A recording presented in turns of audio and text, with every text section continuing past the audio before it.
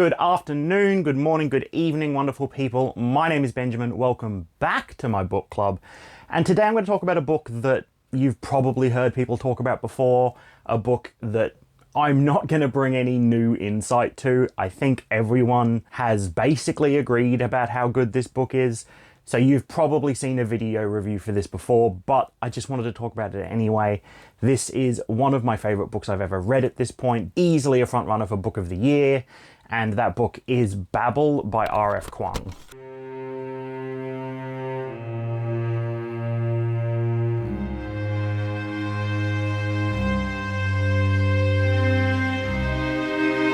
In Babel, R.F. Kuang takes us back to 19th century Britain. At this stage, the empire is at its height. Britain has colonial powers all across the globe, and it is here that R.F. Kuang sets their historical semi-fantasy book. And it is just a delight. Our main character is a young Chinese boy. He's given the anglicized name Robin, and he is taken from his home in China and he is brought by a affluent, rich British professor to Britain, where he is to study translation at the Babel Tower Institute at the University of Oxford. It is a story about colonialism, about racism, about power, about identity, about complicity, and it is just an absolute tour de force. And it, as I said, it's one of the best books I've read in a very long time, and I just want to jump right into the things that made me fall in love with this book. First of all, you can't talk about Babel without talking about the magic system that's at play here. It is this super unique magic system based entirely on translation. The idea being that while one word may sort of translate into another word in another language, there's always something lost in translation. The words aren't one-to-one direct translations because languages don't really work like that. And it's this loss of meaning that gives the power to silver bars that are engraved by skilled practitioners of translation and of these languages and imbued with power. And these bars can do many things. They can be used as weapons, they can make water mills work better, they can make carriages run for longer and faster without breaking, they make ships faster and less prone to leaking. They can do almost anything that you can find a proper translation pair for, and it is this almost monopoly on translation and on silver that is risen the British Empire in this version of history to its prominence and to its height. However, these bars require someone to be fluent in all the languages that are on them. You can't just know the word in French for something. You have to be able to know French, think in French, dream in French, as well as whatever the other language is you're using on the bar. It's a fluency that is difficult to come across in someone that isn't born into some of these languages. And as English translation pairs have become harder and harder to find, the British Empire has begun reaching out into other languages, less of the Romance languages, more of the African or Asian languages. And it's that brings me to the next point that I love about this book, and that's its depiction of colonialism. Babel has no fear about you knowing its stance on colonialism. It wears its opinion directly on its sleeve, and I love that. It is absolutely an anti-colonialism book. It doesn't hide away from the fact that the power in these colonial relationships is always balanced towards the empire. It doesn't hide the fact that the riches and the skills and the resources, often in this book coming in the form of these skilled young translators and scholars, are being taken from their colonial homes, being brought to the heart of the empire, where their powers and their skills are being used to further the power of the empire, further the colonial power, which then allows the empire to withdraw more resources, more scholars, to enrich itself at the cost of its colonial holdings by using the young people that they took from those places. We explore this fantastically through Robin, who is at all times conflicted between his want for his home country to prosper and his want for the people there to lead fulfilling lives, versus his enjoyment of his time at Oxford. He enjoys living this affluent lifestyle in Oxford. He may be mistreated as a foreign national, but he finds friends, he finds accomplices, he finds alliances within the empire itself that he enjoys and he wants to hold on to. But there's the guilt inside, knowing that as he performs his duties, he is propping up the empire that is at all times looking for ways to pull more and more wealth out of his home country. And it explores the complicity in such great detail. We see how easy it is to ignore the facts of the matter when it isn't directly implicating you, when it isn't directly affecting you.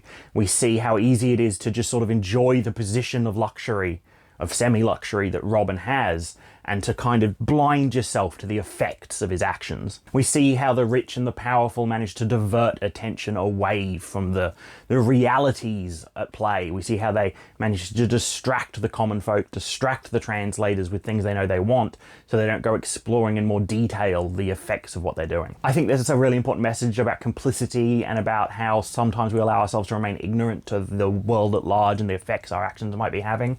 And I think with the political landscape of the world in these days, I think it's a very, very important message. The world building in Babel is also fantastic. I often feel like the first act of a book has kind of like two distinct parts.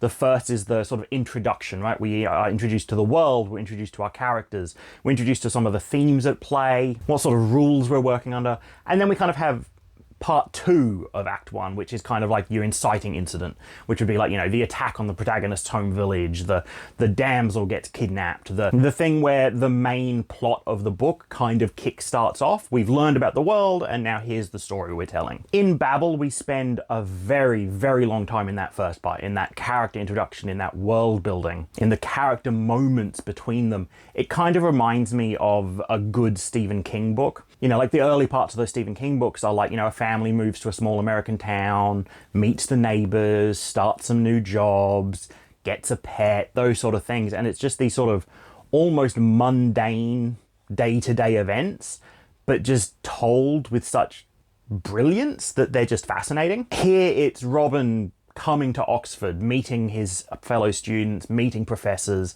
exploring Oxford, learning what life is like here. And in the hands of a less skilled author, it might be dull because there's not a lot of big events happening.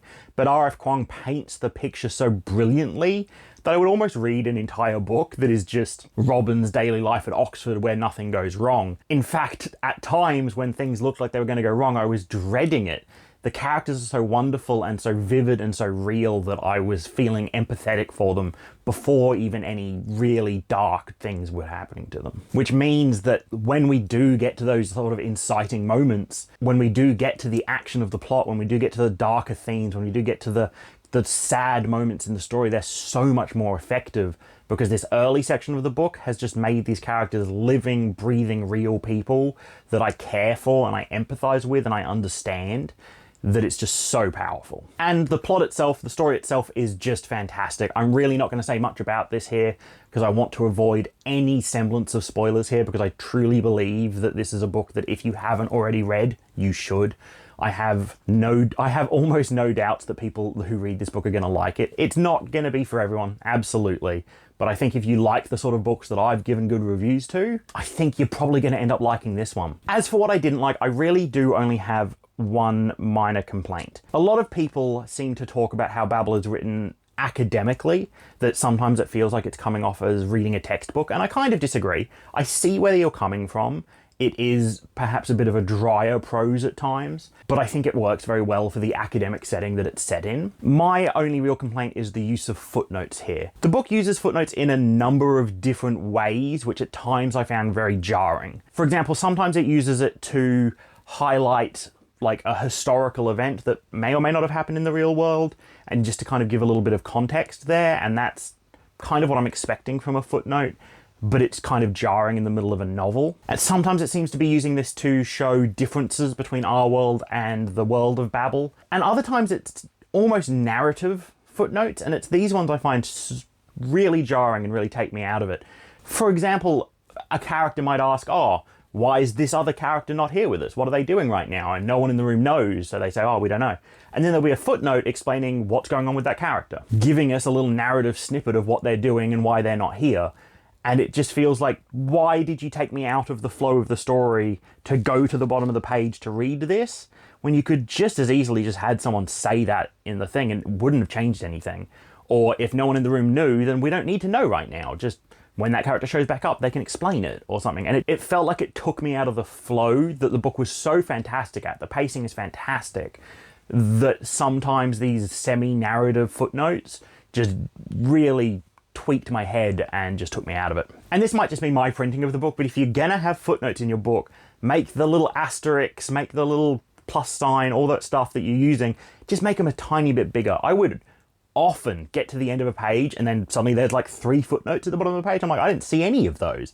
And then have to search back through each line to figure out where each footnote fit because it wasn't obvious. But that's such a minor complaint that that's really all I've got to say. Compared to how much I loved this book, these complaints are minuscule. This is without a doubt a new favorite book of mine. This is without a doubt one of the best books I've ever read. I really do recommend it. Last year, in 2024, I gave out quite a few 10 out of 10s.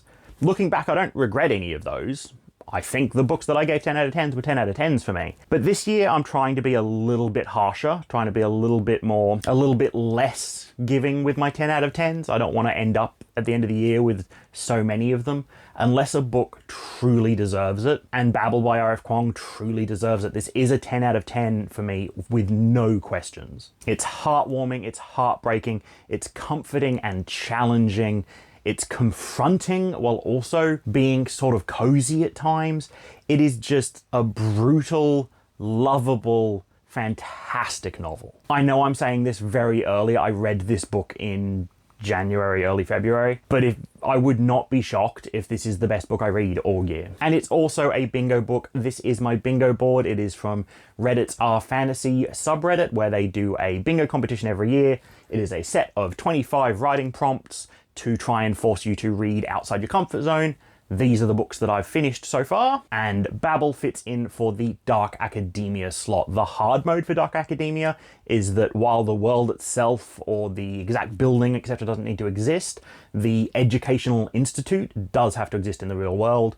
Oxford University, last time I checked, exists in the real world, and so it fits in that slot for hard mode, and we're locking it in.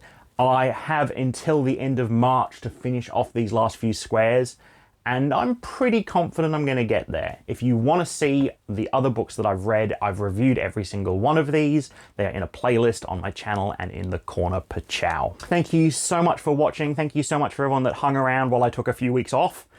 We got a new puppy. He's very cute. Here's a picture of him, but he is also kind of a nightmare. And so it has been very hard to find the time or the mental energy to be reading, let alone making videos. But I'm excited to be back. I'm excited to get back into the flow of things, and I am so glad you're here to join me. If you want to pick up a copy of Babel for yourself, I have a link in the description below. I also have a wish list down there. If there's any books on there that you want me to review, they're books that I don't have but would love to read. Thank you so much to everyone that comments and likes. It really helps out. But most of all, the biggest way you can help support the channel is just to remember to keep reading. Thank you so much.